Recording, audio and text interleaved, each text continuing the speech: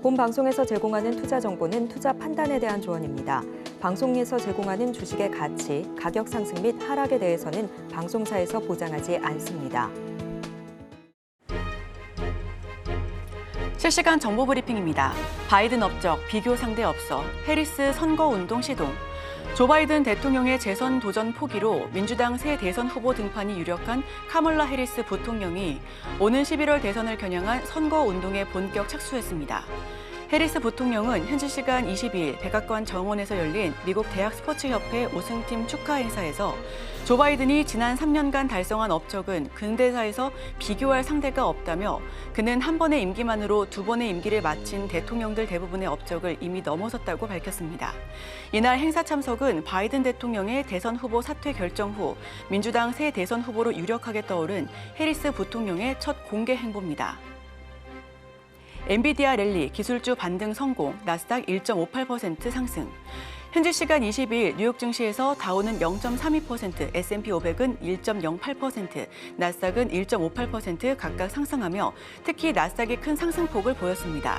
지난 주말 크라우드 스트라이크발 사이버 대란으로 기술주가 급락했으나 이날은 반등에 성공했습니다. 이날 엔비디아가 중국용 인공지능 전용 칩을 개발하고 있다는 소식으로 5% 가까이 급등하며 다른 대형 기술주들도 랠리하는 모습을 보였습니다. 시장은 크라우드 스트라이크발 사이버 대란으로 지난 주말 기술주가 급락했지만 기술주 매수세가 다시 부활했다고 평가하고 있습니다. 머스크 휴머노이드 로봇 내년 내부 사용, 주가 5.2% 상승. 일론 머스크 테슬라 CEO는 현지 시간 22일 테슬라가 개발 중인 휴머노이드 로봇 옵티머스를 내년에 공장에 배치하고 2026년에는 판매할 수 있을 것이라고 밝혔습니다.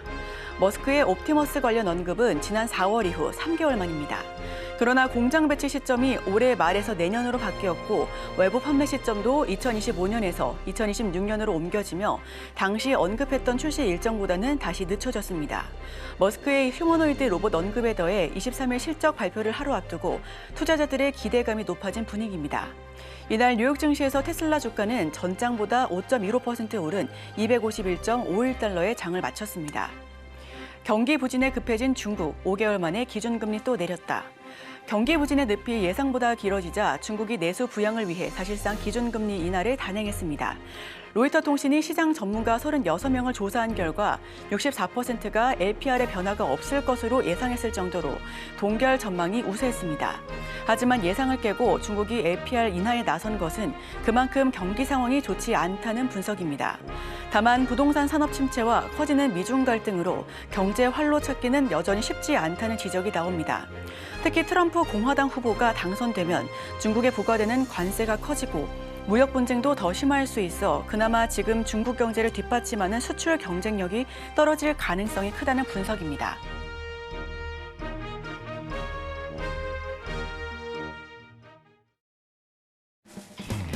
여러분의 성공 투자를 응원합니다. 안녕하세요. 증시7 진행의 이소연입니다.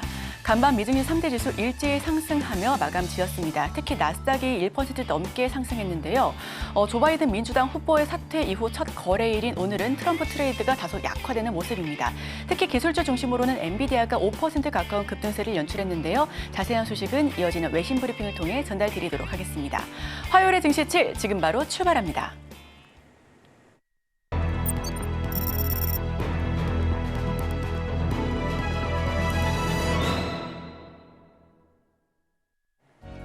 네, 복잡한 외신 이야기 쉽고 간편하게 전해드립니다. 증시7 외신 브리핑 오은비입니다.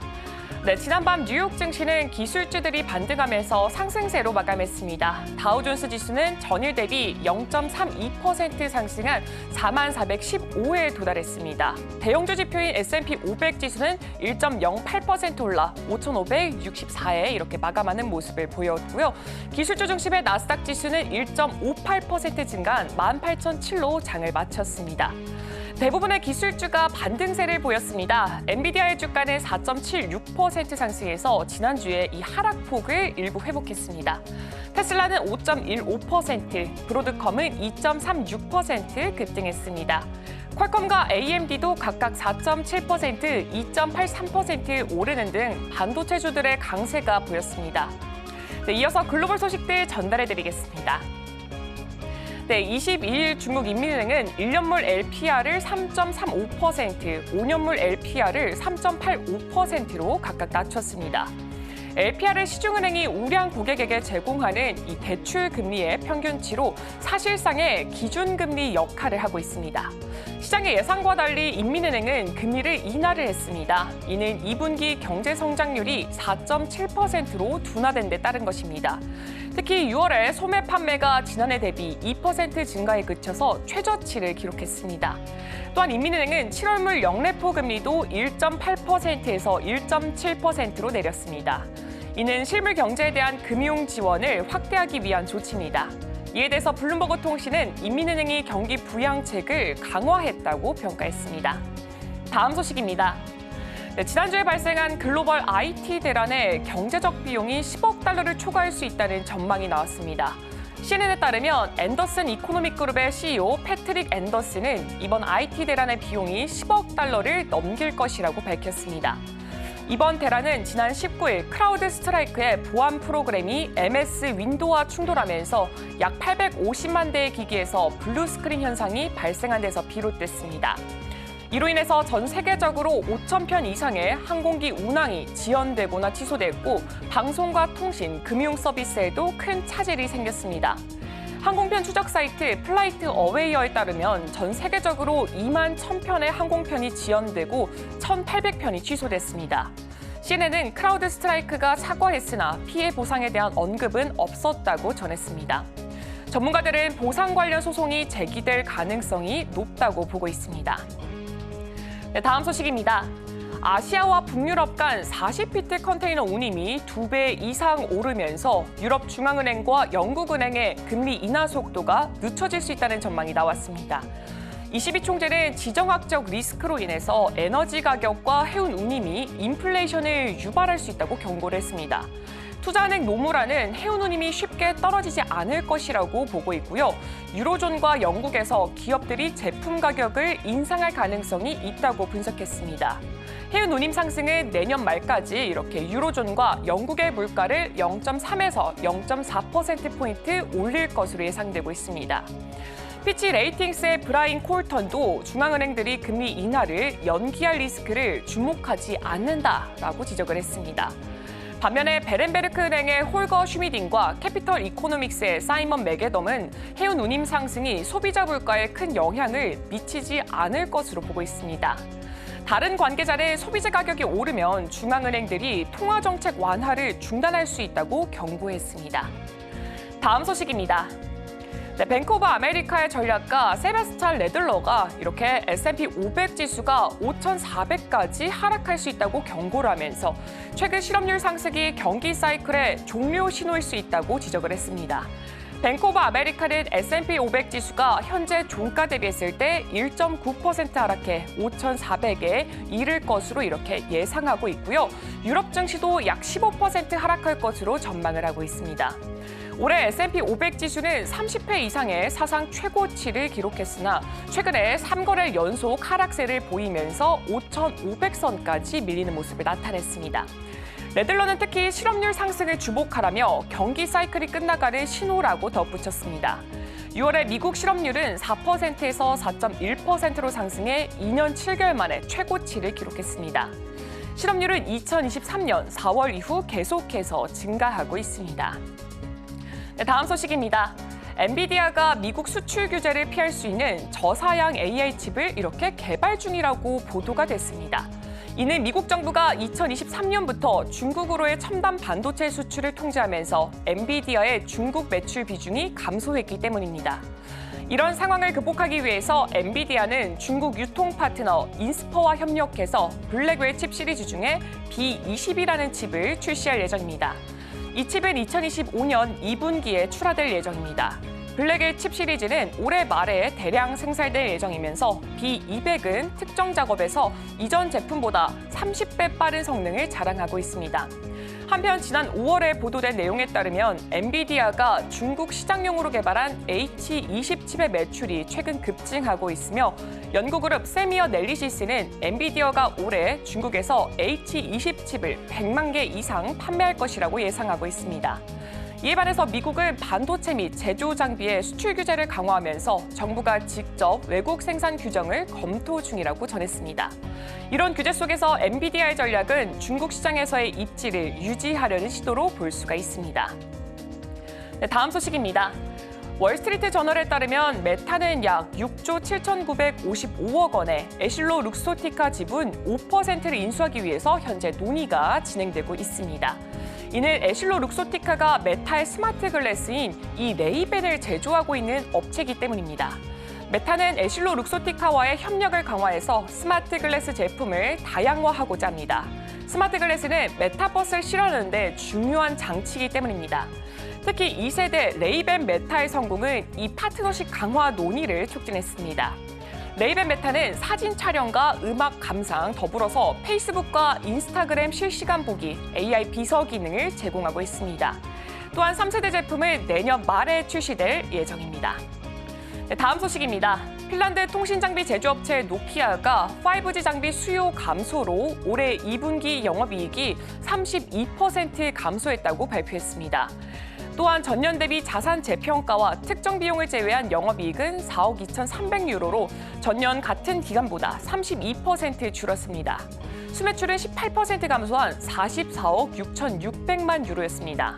한편 노키아는 하반기 매출이 크게 회복할 것으로 예상하면서 미국 정부의 420억 달러 규모 광섬유 시장 개선 방안이 긍정적인 영향을 미칠 것이라고 보고 있습니다. 독일이 2029년부터 중국 기업의 5G 장비 구입을 중단하기로 하면서 노키아와 에릭슨이 반사이익을 얻을 것으로 이렇게 기대가 된다라는 의견이 나오고 있습니다. 하지만 리서치 회사 엔데레스는 연말까지 실적 압박이 있을 것으로 예상을 했습니다. 네, 다음 소식입니다. 구글의 공동 창업자 세르게이 브린이 설립한 비영리 투자단체 캐털리스트4가 스타트업 노소네이라의 이 자금 조달 프로젝트에 1,500만 달러를 지원하기로 했습니다.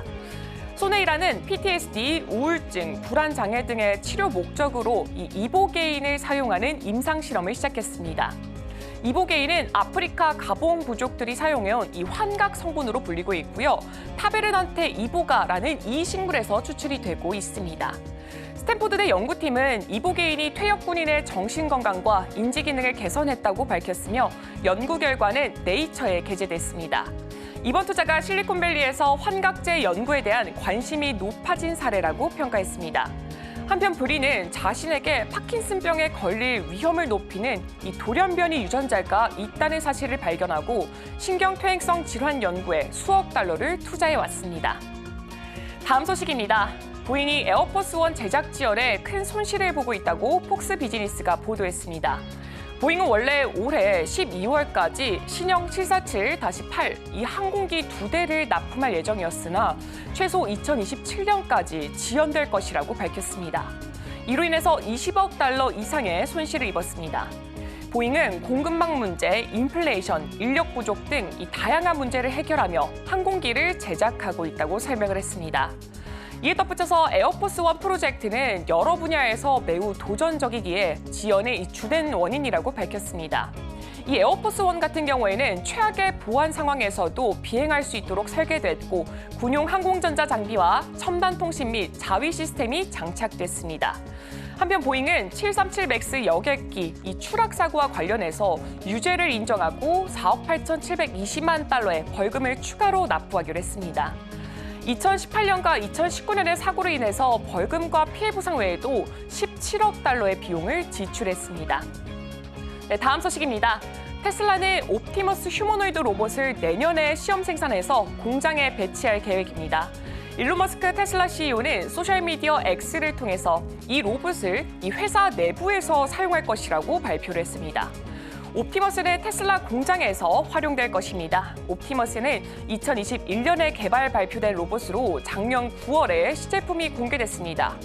손가락과 팔, 다리를 자유롭게 움직이고 색을 구분하면서 한 발로 균형을 잡는 기능을 가지고 있습니다. 올해 초에는 옷을 개는 등 이렇게 진화된 모습을 선보이기도 했습니다. 출시 일정은 계획보다 늦춰졌으며 공장 배치는 내년으로, 외부 판매는 2026년으로 연기됐습니다. 한편 머스크는 지난 4월 옵티머스를 연말까지 테슬라 공장에 배치할 것이라고 언급했던 적이 있습니다. 네, 이렇게 오늘 준비한 외신 소식은 여기까지입니다. 이어서 국내 소식과 더불어서 오늘의 일면에서 전문가들의 수혜주까지 만나보시길 바랍니다.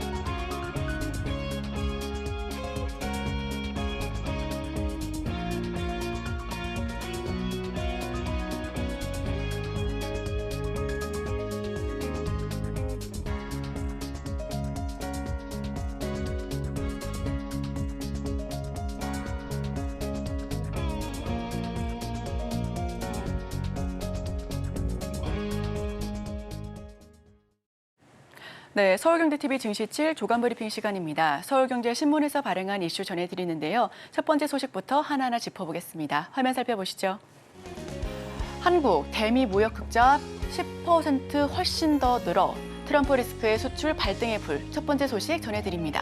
도널드 트럼프 전 대통령 대세론이 확산하는 가운데 트럼프 집권 마지막 해에 미국의 무역 적자국 12위였던 한국이 올해 들어 7위까지 치고 올라온 것으로 확인이 됐습니다. 트럼프 캠프가 더욱 강력한 미국 우선주의를 내세우고 있다는 점을 고려하면 수출 다변화와 미국산 제품 수입이 시급하다는 지적이 나오고 있는데요. 미국이 2020년 한국과의 교역에서 낸 무역 적자는 248억 달러로 집계되고 있습니다. 조 바이든 행정부 들어 적자 규모가 확대됐는데 2022년 439억 달러를 거쳐 지난해는 514억 달러까지 커졌습니다. 올해 들어 1월에서 5월 기준으로는 285억 달러로 7위까지 높아진 상황입니다. 한국 입장에서는 지난해부터 미국이 최대 무역 수지 흑자국이 됐는데요. 미국에서 들여오는 수입액에 큰 변화는 없지만 대미 수출이 급속하게 증가한 까닭입니다. 미국 입장에서 한국과의 무역에서 보는 손실이 커지고 있는 만큼 트럼프 전 대통령이 집권할 경우 한국에 대한 요구사항이 많아질 수밖에 없는 상황입니다. 트럼프 캠프는 무역 적자의 원인으로 한국과 일본, 유럽, 멕시코, 캐나다산 자동차와 캐나다 자동차 부품을 지목하고 있습니다. 자동차와 차 부품은 한국의 대미 흑자에서 약 70% 이상을 차지할 정도로 비중이 높은데요. 트럼프플레이션도 부담 요소로 지목되고 있는 상황입니다. 감세 정책으로 미 재정 적자가 확대되고 고율 관세에 따른 수입 물가 인상으로 인플레이션 압력이 더 커질 수밖에 없을 것이다라는 분석 역시 함께하고 있습니다. 반이민 정책도 저임금 노동력 공급을 줄여 임금을 밀어올릴 수가 있는데 미국이 또다시 한미 FTA 재개정을 압박할 가능성을 완전히 배제할 수가 없고요. 고관세는 수출 자재를 줄이기도 합니다. 자국 우선주의를 내세워 한국 압박을 예상하고 있습니다. 특히나 대미 수출 급증에 자동차 등 타격이 우려되는 상황이고요. 감세와 고관세로 인플레이션 상승에 대한 부담감도 함께하고 있는 상황입니다. 다음 소식입니다. 전장 세일즈의 힘, LG 마그나 수주 잔액 30조 돌파. LG 마그나 이파워트레인의 수주 잔액이 빠르게 늘고 있습니다. LG그룹 차원에서 전장 세일즈에 드라이브를 걸고 현대차 등으로 판로를 다양화한 것이 영향을 미친 것으로 풀이되고 있습니다. 최근 LG 마그나의 수주 잔액이 30조 원을 돌파했는데요. 수주 잔액은 향후 매출로 이어질 수 있는 만큼 미래 실적을 가늠할 수 있는 지표로 확인되고 있습니다. 수주 잔액 증가에 힘입어 상반기 매출도 4,800억에 육박한 것으로 전해졌습니다. 2021년 설립 이후 초기 설비 투자와 연구개발 비용으로 적자를 이어가던 LG 마그나는 지난해 들어 첫 연간 흑자를 기록하며 기대감을 높였는데요. 다만 분위기는 오래가지 못했습니다. 전기차 캐즘의 영향으로 올해 1분기 매출은 전 분기 대비 반토막이 났고요. 영업이익 역시도 적자를 기록했습니다. LG 마그나가 모터, 컨버터 등에 치중한 포트폴리오를 보유한 만큼 전기차 업황 악화에 더 큰 영향을 받은 것으로 분석되고 있습니다. LG 마그나가 분위기 반전을 이룬 데에는 LG그룹 차원에서 드라이브를 건 전장 비즈니스와 판로 다양화가 주요한 것으로 풀이되고 있습니다. 특히 LG그룹은 올해 초부터 전장 관련 계열사가 힘을 모아 국내를 돌며 자사 전장 제품 포트폴리오의 경쟁력을 홍보하는 데 힘을 쏟고 있는데요. 1분기 성장 부진을 딛고 상승세를 보여주고 있습니다. 상반기 매출에 4,800억에 달하고 있고요. 벤츠와 현대차와 협력이 결실을 맺었다라는 설명입니다. 다음 소식입니다. KT, 네이버, 숲까지 NFT 손대는 ICT 기업들. 최근 숲이 수익성 저하로 NFT 사업을 접는다라고 발표했습니다. 최근 숲은 내부적으로 NFT 사업을 철수하기로 결정했는데요. 다음 달 중으로 숲의 대표적인 NFT 서비스인 AFT 마켓을 종료할 것을 설명했습니다. 예상보다 낮은 수익성의 NFT 사업 철수를 결정한 것으로 분석되고 있습니다. 국내 주요 ICT 업체들도 속속 NFT 사업을 접고 있는데요. 지난 3월 KT가 NFT 발행 관리 플랫폼 민크를 철수했고 4월에는 네이버도 NFT 마켓플레이스 팔라 운영 종료를 선언했습니다. 기업들이 사업을 철수하는 건 NFT 시장 자체가 몰락하고 있기 때문이다라고 시장은 설명하고 있습니다. 현재 주요 NFT 500종의 가치를 담은 크립토 500 NFT 지수는 전성기였던 2022년 대비 약 90%가량 폭락했습니다. NFT가 다른 신종 화폐 대비 상대적으로 환금성이 낮다라는 것도 투자 매력도가 떨어지고 있는 부분이고요. 엎친 데 덮친 격으로 정부가 이달 19일부터 가상자산 이용자 보호법을 시행하면서 일부 NFT를 가상자산으로 취급하는 점도 기업들의 사업 철수를 가속화하고 있습니다. ICT 업계에서 선택과 집중에 대한 기조가 이어지고 있는 만큼 인프라를 AI 등으로 빼는 시도가 더 늘어날 수밖에 없을 것이다라고 전하고 있습니다. 가격 폭락, 가상자산 규제 영향으로 사업 철수 업체가 계속해서 늘어날 것으로 풀이되고 있습니다. 다음 소식입니다. UAM 로봇 새 엔진 장착하는 차량 부품사. 자동차 부품사들이 도심 항공교통과 로봇 등 신사업에 잇따라 진출하고 있다는 소식입니다. 오랜 연구개발 노하우를 기반으로 새로운 매출 기반을 마련하겠다라는 포석으로 풀이되는데요. 차세대 산업 분야에서 적극적으로 진출해 회사 주주 가치를 제고하려는 목적도 풀이되고 있습니다. 국내 최초로 자동 변속기 부품을 국산화한 삼보 모터스, 한서대와 손을 잡고 차세대 이동 수단으로 주목받는 UAM 제작 운영 체계 구축에 함께 힘을 실을 겁니다. 한서대는 캠퍼스 내 자체 비행장을 두고 있어 UAM 테스트를 진행할 수가 있고요. 현대차 그룹 산하법인 슈퍼널은 UAM 상용화 목표 시점으로 2028년을 제시할 정도로 UAM 기술 장벽이 높습니다. 부품 회사가 UAM을 상용화하려면 다른 기술 선도 기업들과 협력이 필요하다라는 부분이고요. 모터 관련 부품을 제조하는 사면은 로봇 시장을 집중적으로 공략하고 있습니다. 대표적인 제품은 협동 로봇용 관절 모듈인데 로봇이 자유자재로 움직일 수 있도록 유연성을 높이는 부품이고요. 이르면 올해 안에 매출이 발생될 수 있을 것으로 기대감을 모으고 있습니다. 로켓 배터리로 유명한 국내 1위 축전지 기업 세방전지는 전기차용 배터리 시장에서 존재감을 키우고 있습니다. 자회사는 배터리 회사로부터 배터리 셀을 받아 모듈이나 팩으로 조립하는데요. 이러한 패키징 과정을 거쳐 전기차의 성능이나 안정성이 더욱더 개선될 것으로 보여지고 있습니다. 신사업으로 올드함을 벗고 가치 제고에 앞장서고 있습니다. 삼보 모터스 하이브리드 UAM을 개발하고 있고요. 모터 제조업 사면은 로봇과 방산을 공략해 나서고 있습니다. 세방전지는 자동차 배터리 모듈을 생산해 나가고 있는데요. 이들 기업들의 주가 추이도 함께 지켜보셔도 좋을 것 같습니다. 마지막 소식입니다. 전량 구주 매출, 전진 건설 로봇 IPO 흥행 성공할까? 마지막 소식으로 IPO 종목 한번 소개해드리겠습니다. 코스피 상장을 추진하는 국내 1위 콘크리트 펌프카 제조사 전진 건설 로봇이 구주 매출만 활용하는 이례적인 공모 구조를 짰습니다. 구주 매출은 새로운 주식을 발행하지 않고 기존 주식을 매출의 시장에 매각하는 건데요. IPO 시장에서는 구주 매출 비중이 높을수록 공모 흥행에는 좀 부정적인 분위기였습니다. 주식을 팔아 마련한 자금이 회사가 아닌 매각자에게 돌아가 회사의 성장을 위한 자금이 줄어들기 때문인데 코스피 시장에서 구주 매출 비중이 100%였던 IPO는 지난 2017년도가 마지막 사례였습니다. 지난해 구주 매출 100%로 공모 구조를 짰던 서울보증보험은 소요 예측 승행에 실패 상장을 철회했는데요. 물론 구주 매출 비중이 높다고 해서 반드시 시장의 외면을 받는 것은 아닙니다. LS 머티리얼즈는 구주 매출 비중이 40%, HD 현대 마린솔루션도 50%였던 점을 감안했을 때 성장성을 높게 평가받은 기업들도 대표적으로 사례로 좀 보여지고 있는데요. 다만 최근 옥석 가리기가 강해진 IPO 시장에서 세네 개 주의 상장을 주가 급락이 좀 빈번하게 나타나고 있다는 점도 부담감으로 작용하고 있습니다. 업계에선 구주 매출에 대한 시장 반감을 해소할 수 있는 에쿼티 스토리가 필요하다는 목소리가 커지고 있습니다. 최대 주주 50%, 자자주 50% 주식 분산 요건에 맞추기 조치가 필요해 보이고요. 시장 반감을 해소할 비전이 필요하다는 게 업계의 설명입니다. 네, 제가 준비한 소식은 여기까지입니다. 계속해서 오늘의 일면을 통해 전문가와 수혜주까지 찾아보도록 하겠습니다. 저희와 끝까지 함께 하시죠.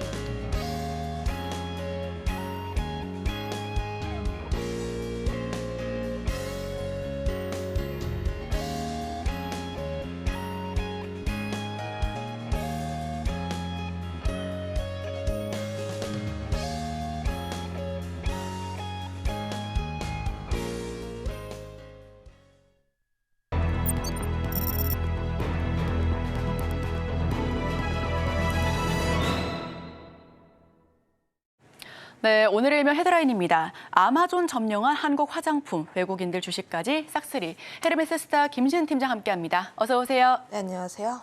네, 하반기 화장품 투자 핵심은 수출이다 해도 과언이 아닙니다. 한국 한류의 열풍으로 화장품 수출이 호조를 보이고 있는 가운데 최근 들어서 다시 한번 화장품주가 들썩이고 있는 모습까지 포착되고 있습니다. 헤드라인 풀어주시죠. 일단 뭐 화장품 섹터 같은 경우에 상반기에 수출 데이터를 안고 꾸준하게 올라왔던 그 섹터라고 보시면 좋을 것 같고 지금까지도 수출 데이터에 따라서 변동성을 크게 키우는 모습을 보여주고 있는데 관련했을 때 화장품 섹터가 지난 6월에 좀 수출 데이터가 성장성에 대한 둔화, 피크아웃에 대한 우려 등이 나오게 되면서 변동성이 일부 나와주기는 했지만 다만 7월 20일에 나왔던 수출 데이터를 보게 되었을 때는 여전히 긍정적이다라는 말씀을 우선적으로 드려보도록 하겠고 관련했을 때 여전히 중국을 제외해서 전 지역 쪽에 수출 성장세가 가파르게 올라와주고 있다. 특히 일본이라든지 미국 쪽에 대한 수출이 굉장히 강하게 올라와주고 있는데 미국 같은 경우에는 굉장히 초강세다라고 할 정도로 강한 큰 상승세를 보여주고 있고 특히 기초라든지 색조 같은 경우를 보게 되었을 때 미국에서는 기초가 95%의 성장세 그리고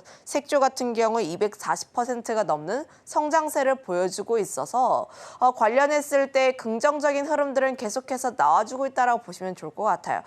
특히 그동안 화장품 섹터가 중국에서만 굉장히 많이 치중이 되었었는데 이외에 다변화가 되는 흐름들, 미국이라든지 일본 쪽에 대한 흐름들이 다변화가 되는 흐름들이 계속 이어지고 있다는 점이 확인이 되면서 지금 화장품 섹터에 대한 수출 데이터는 조금 더 기대감을 이어가도 좋지 않을까라는 의견을 드려보도록 하겠습니다.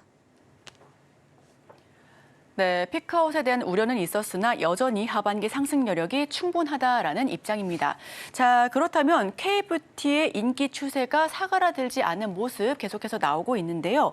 아마존 프라임데이에서도 상위권을 휩쓸기도 했었고 일본과 동남아 등 세계적으로 경쟁력을 갖췄다 해도 과언이 아닙니다. 자, 그렇다면 북미 쪽도 한번 이야기를 들어보고 싶은데 글로벌 시장 분위기는 어떨까요?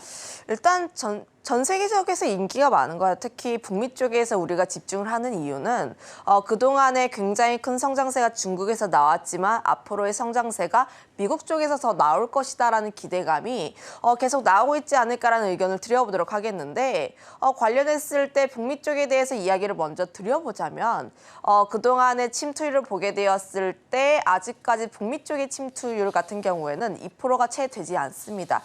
그런데 최근 들어서 보게 되었을 때 앞으로의 침투율 같은 경우에는 점점 더 올라올 수밖에 없는 상황들이라고 보시면 좋을 것 같고 아마존 프라이데이에서 봤다시피 현재 뷰티 딥 코너에서 1위부터 5위까지가 우리나라 화장품이에요.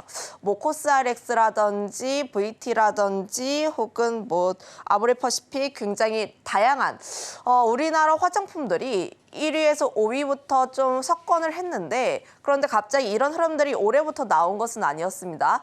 작년에도 보게 되었을 때 가장 많이 팔린 아마존 프라임데이에서의 제품을 보면은 라네즈의 립 제품이 있었기도 하고요. 조금 이번 연도 같은 경우에는 우리나라의 화장품이 굉장히 많이 팔렸다라고 보시면 좋을 것 같은데 지금 화장품 14개의 제품이 상위 50개에 들어갈 정도로 굉장히 인기가 있었다. 특히 아마존이라는 이제 기업이 우리나라에 와서 어떻게 홍보를 하면 될 것인지 프로모션을 하기도 한 만큼 현재 아마존 내에서도 계속 주목을 하고 있는 쪽이 한국 화장품이라고 보시면 좋을 것 같고요. 그런 점에 있어서 왜 미국인들이 우리나라 화장품에 관심을 많이 가지느냐라고 보면은 좀 SNS에서 우리나라 화장품이 유행 많이 하고 있습니다. 특히 이제 우리나라 드라마들이라든지 영화 같은 거를 보면은 굉장히 피부가 좋아요. 우리나라 사람들이 피부도 좋고 특히 뭐 동안에 대한 부분이라든지 하다 보니까 스킨케어 쪽에 대한 관심도가 점점 올라와주고 있습니다. 수출에 대한 경우를 보게 되었을 때 미국 쪽에서 수출하는 거의 70% 정도가 스킨케어 제품이라고 보시면 좋을 것 같고 결국 지금 앞으로의 침투율이 더 높아질 수밖에 없는 이유가 우리나라 화장품, 스킨케어 제품들 굉장히 다양해요.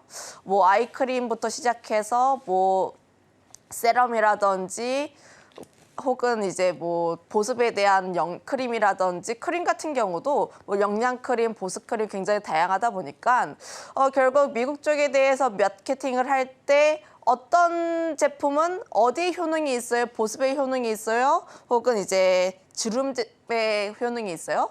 이런 식으로 좀 홍보 효과를 하다 보니까 관련했을 때 관심도는 계속해서 올라올 수밖에 없는 상황들. 지금 우리나라가 스킨케어 루틴이 최대 9개 정도라고 합니다. 저는 실제로 이렇게 많이 쓰는지는 잘 모르겠는데 뭐 일단 통계상으로는 9개라고 하는데 미국인들 같은 경우에는 현재 올라온 수치가 2개 정도라고 해요. 결국 그렇게 되었을 때 우리나라의 스킨케어에 관심이 많아지는데 하나 둘씩 사게 되다 보면은 결국 더 한 제품, 두 제품을 더 살 수밖에 없는 상황이라 보시면 좋을 것 같아서 침투율에 대한 기대감도 나와주고 있는 상황들. 결국 지금은 우리나라 화장품들이 이커머스 쪽에 조금 더 집중을 하고 있는데 지금 미국 쪽 같은 경우를 보면은 시장이 오프라인 같은 경우에는 뭐 7, 온라인은 3 정도라고 보시면 좋을 것 같습니다. 그런데 우리가 지금 잘하고 있는 쪽은 온라인 시장에서의 그 일부라고 보시면 좋을 것 같아요. 결국 지금 우리나라 화장품이 점점 더 인기가 많아지는데 온라인에서도 결국 잘하게 된다면 오프라인 그 많은 시장도 함께 언급을 하거나 혹은 오프라인 시장에 진출할 수 있기 때문에 지금 미국 시장 같은 경우에는 시장 초입 단계다라고 보시면 좋을 것 같아서 여전히 지금 우리나라 화장품을 보게 되었을 때 생각했던 그 피크아웃에 대한 우려는 전혀 오지 않았다라고 보시면 좋을 것 같습니다. 네, 피크아웃에 대한 우려는 잠시 접어둬도 괜찮을 것 같습니다. 아시아를 넘어서 미국 시장도 점령하고 있고요. 우위를 점하고 있는 우리 K-뷰티, 드라마 영향도 한몫하고 있는 것으로 보여지고 있습니다. 다만 우리는 온라인 쪽으로 많은 상승세를 연출하고 있고 시장을 독보적으로 우위를 보여주고 있는 것 같은데 오프라인 쪽은 좀 부족해 보입니다. 이 부분 설명 부탁드릴게요. 오프라인 같은 경우에는 좀 그럴 수밖에 없는 게 뭐 유통사 같은 경우에도 체크를 해야 할 부분들이 굉장히 많아요.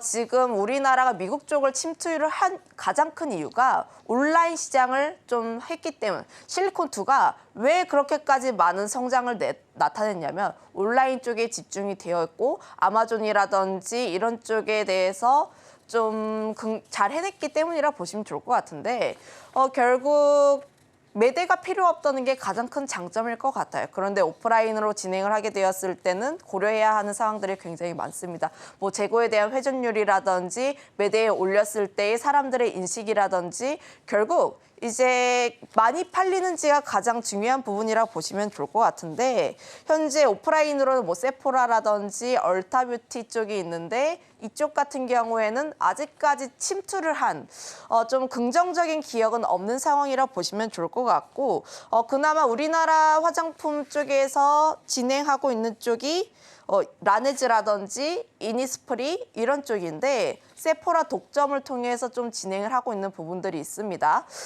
결국 지금 우리나라가 오프라인을 조금 더 뚫어내기 위해선 뭐 아마존이라든지 SNS를 통해서 우리의 화장품이 얼만큼 더 팔릴 수가 있어요. 회전율이 얼마나 나올 수 있어요를 조금 더 증명해야 하는 일이라고 보여지고 있긴 하나 저는 그 부분이 좀 머지 않았다라고 보고 있습니다. 그 이유가 앞서 이야기를 했던 것처럼 이미 아마존 쪽에서 뷰티 제품 인기 굉장히 많고 일부 제품 같은 경우에는 여전히 베스트셀러 쪽에 대해서 계속해서 올라와주고 있는 상황이라고 보시면 좋을 것 같아서 결국 지금 뭐 세포라 같은 경우에도 보면 뭐 몇 가지 조건을 만족을 하면 브랜드 입점을 고려를 하겠다라고 했으니까 관련했을 때의 긍정적인 효과는 조금 더 기다려볼 수 있지 않을까라는 의견을 드려보도록 하겠습니다. 네, 오프라인 판매, 인기에 대한 증명이 머지 않았다라는 말씀을 해주셨습니다. 자, 그렇다면 증명은 매출로 결국은 실적으로 이어질 수밖에 없는 그런 구조인데요. 하반기 조금 더 주목해 볼 만한 그런 화장품 섹터, 그중에서 어떤 종목 조금 더 주목해 보면 좋을까요?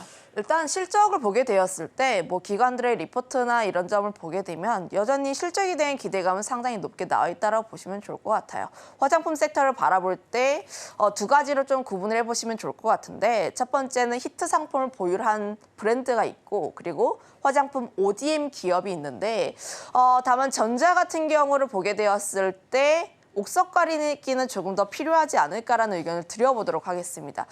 그 이유가 1분기 같은 경우에는 뭐 대다수의 제품군들, 브랜드들이 실적 성장에 대한 기대감을 안고 1분기와 2분기 함께 올랐다면은 그럼 과연 하반기에는 이 실적을 안고 추가적인 성장이 더 가능할 것인지에 대해서 우리가 조금 더 체크해 봐야 하는 부분들이 있어요. 그러면 브랜드 제품군들 같은 경우에는 기존의 히트 상품들이 얼마나 잘 팔리는지 그리고 거기다가 더해서 파생 상품군들이 얼마나 더 확장을 해주는지가 가장 중요하다라고 보시면 좋을 것 같습니다. 예를 들어서 VT로 예를 들면은 좀 현재 매출단으로 보게 되었을 때 리들샷이라는 제품이 매출의 50%가 넘는 부분을 차지하고 있지만 그 외에 시카 마스크라든지 그 외 상품군들이 다시 한번 확장이 되고 있는 상황들이라고 보시면 좋을 것 같아서 결국 히트 상품군과 더해서 그 외의 제품군들이 얼마나 활약을 해주는지가 가장 중요하다. 그리고 현재 진행하고 있는 지역 외에 그 외의 지역에서도 얼마나 잘해주는지가 가장 중요하다고 보시면 좋을 것 같아서 히트 상품군을 보유한 기업들 같은 경우에는 옥석 가리기가 일부 필요하다고 보시면 좋을 것 같고 ODM 같은 경우를 보게 되었을 때는 좀 대다수가 좋다라고 보시면 좋을 것 같아요.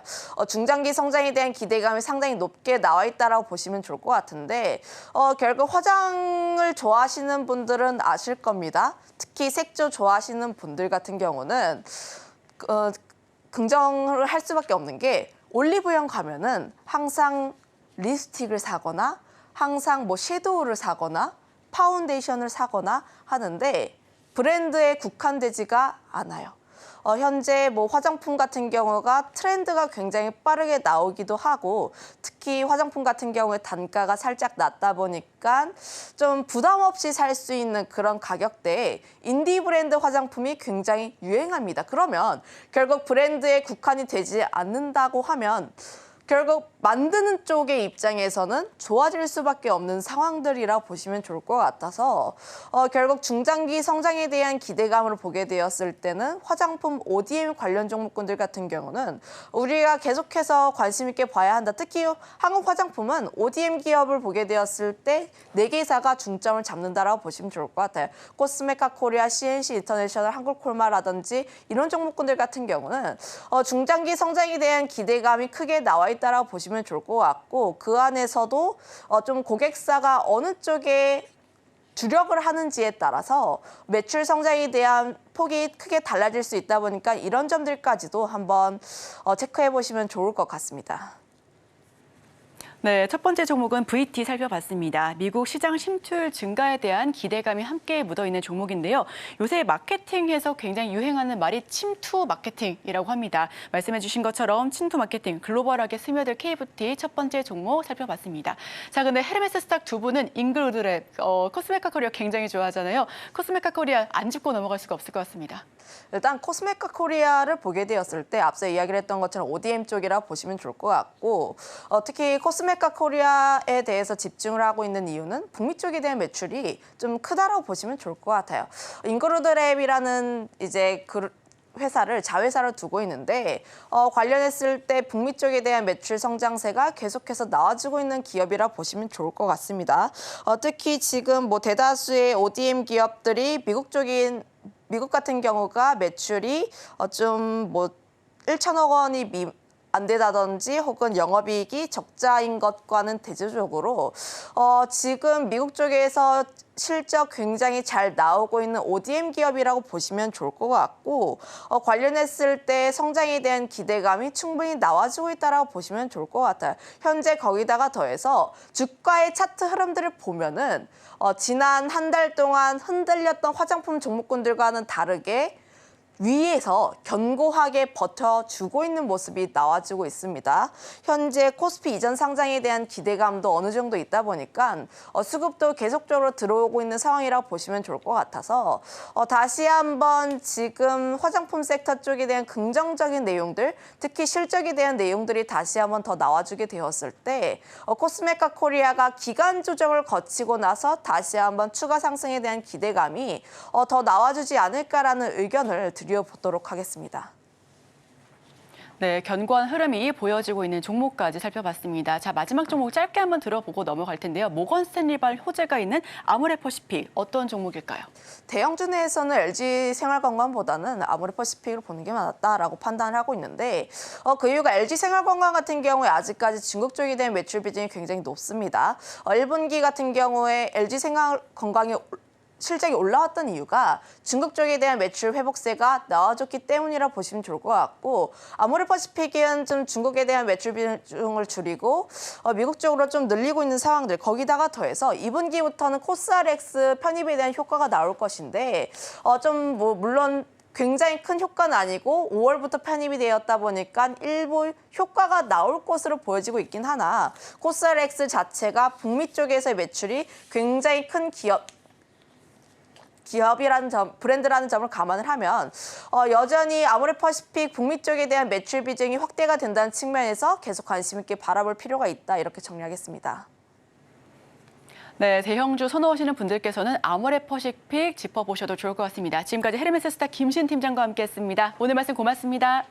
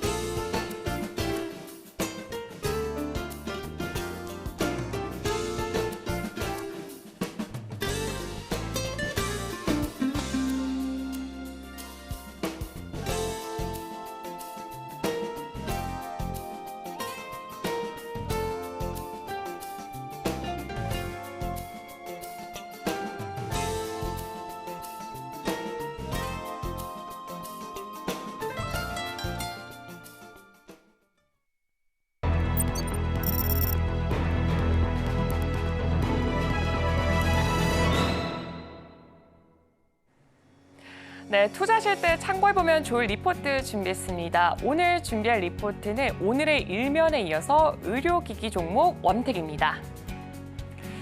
네, 일단 신한에서는 하반기 연초 기대 성장세 회복 예정과 24년 멀티플이 15배다라고 이렇게 한 줄로 표현을 했습니다. 일단 지난 7월 18일 원택은 대리점 스캔텍과의 브라질량 올리지오 X 공급 계약을 체결한 상태입니다. 5년간의 이 최소 주문 출량이 2,000대에 달하고 있고요. 금액으로는 3천억 원 규모로 단순 계산 시에 연간 600억 원의 규모의 이런 대형 계약을 체결한 사실이 있습니다. 네, 현재 2024년 매출액 컨센서스가 1,384억 원임을 고려했을 때 연간 매출액의 약 50% 수준으로 굉장히 큰 규모에 달하고 있고요. 대리점과의 이 MOQ 계약은 일부 강제성도 포함된 것이기 때문에 쉽게 파기되진 않겠다라는 점도 한번 주목해 보시면 좋을 것 같습니다.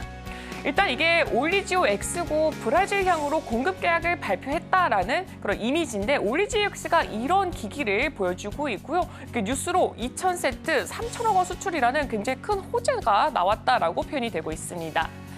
네, 브라질은 일단 글로벌 미용 시장 내에서 탑3 테무의 굉장히 큰 시장으로 꼽혀지고 있습니다.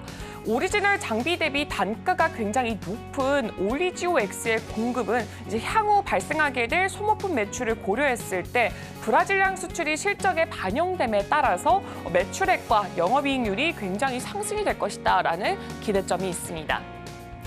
올리지오 X 같은 경우에는 8월 중에 브라질의 이 NMPA 허가 승인, 여기서 NMPA는 국가보건감시국을 말하고 있는데요. 이 허가 승인이 예상되고 있습니다. 당장 다다음 달로 앞두고 있고 다음 달로 앞두고 있고요. 허가 승인 이후에 하반기 공급을 시작으로 해서 시간이 점점 지남에 따라서 계단식으로 판매량 우상향까지 전망이 되고 있고 굉장히 긍정적이다라고 표현을 하고 있습니다. 일단 브라질 같은 경우에는 미용에 굉장히 관심이 높은 나라 중 하나로 꼽히고 있습니다. 첫 번째로 성형시술 건수 추이를 확인해 보자면 2014년부터 2022년까지 이때는 코로나19라는 특수한 상황이 껴있음에도 불구하고 계속해서 계단식 성장함을 확인해 볼 수가 있고요. 브라질 비침스 미용 시장 규모 같은 경우에도 점점 더 성장할 것이다라는 전망이 나오고 있습니다. 네, 기존 원택이 브라질향으로 공급하던 장비는 라비향입니다. 라비향은 한국에서도 미용기기에 관심이 많다라고 하면은 이 BB 레이저로 알고 있는 그 제품입니다. 2023년 기준에서 이 535대를 판매를 했고요. 전사 매출액 내 20%의 비중을 차지하던 굉장히 인기 있고 핵심 장비 중 하나라고 꼽힐 수가 있습니다. 한국에서도 뭐 잡티 제거나 뭐 미백 혹은 좀 맑은 피부 표현을 원할 때 이 라비향이라는 제품을 사용해서 BB 레이저로 불리는 그런 제품을 많이 사용하고 있는데 이게 브라질까지 현재 더 진출이 되고 있다라고 보면 좋을 것 같고요. 24년에 라비향의 연간 판매 계획은 약 600대였으나 이 대리점과의 문제로 상반기는 약 120대만 판매된 것으로 이제 추정이 되고 있습니다. 이 기기가 안 좋은 것이 아니라 이렇게 대리점과의 문제 때문에 현재 판매량이 줄어든 것이다라고 보면 좋을 것 같습니다. 이 라비향의 수주 둔화는 상반기 어닝 쇼크에도 영향을 미쳤습니다. 하반기부터는 올리지오 X의 이 대리점 계약 문제가 완료가 되면서 라비향 주문까지 정상화가 될 것이다라고 알리고 있습니다. 한마디로 이전까지만 하더라도 정말 이 제품에는 문제가 없었고 대리점에만 문제가 있었기 때문에 이 리스크를 해결을 하면서 점점 더 좋은 성과가 나올 것이다라고 보면 좋을 것 같습니다.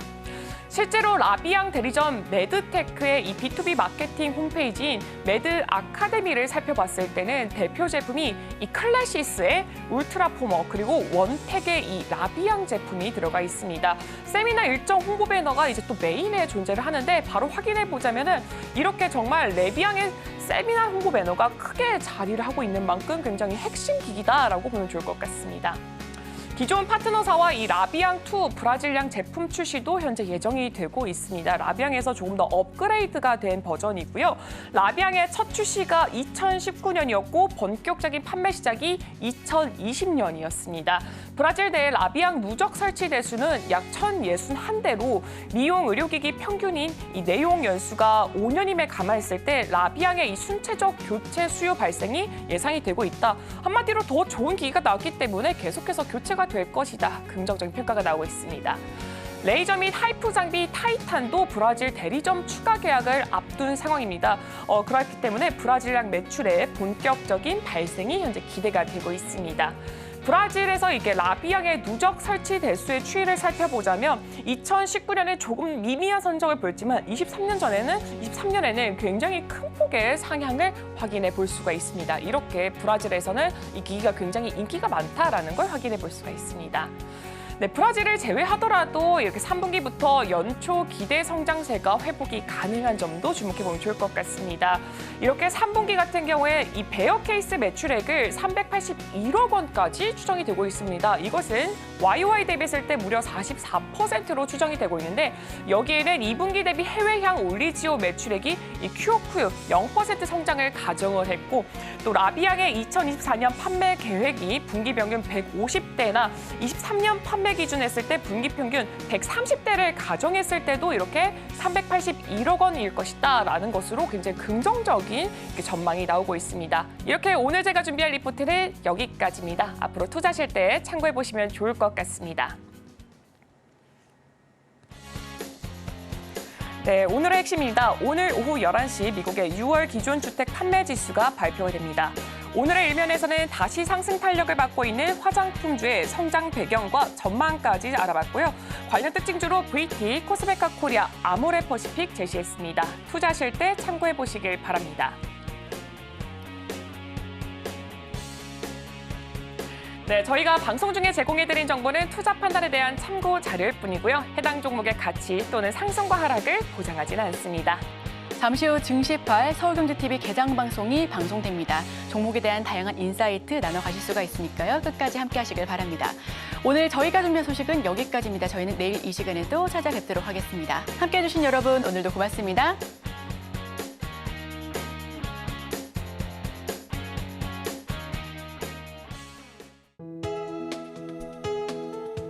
본 방송에서 제공하는 투자 정보는 투자 판단에 대한 조언입니다. 방송에서 제공하는 주식의 가치, 가격 상승 및 하락에 대해서는 방송사에서 보장하지 않습니다.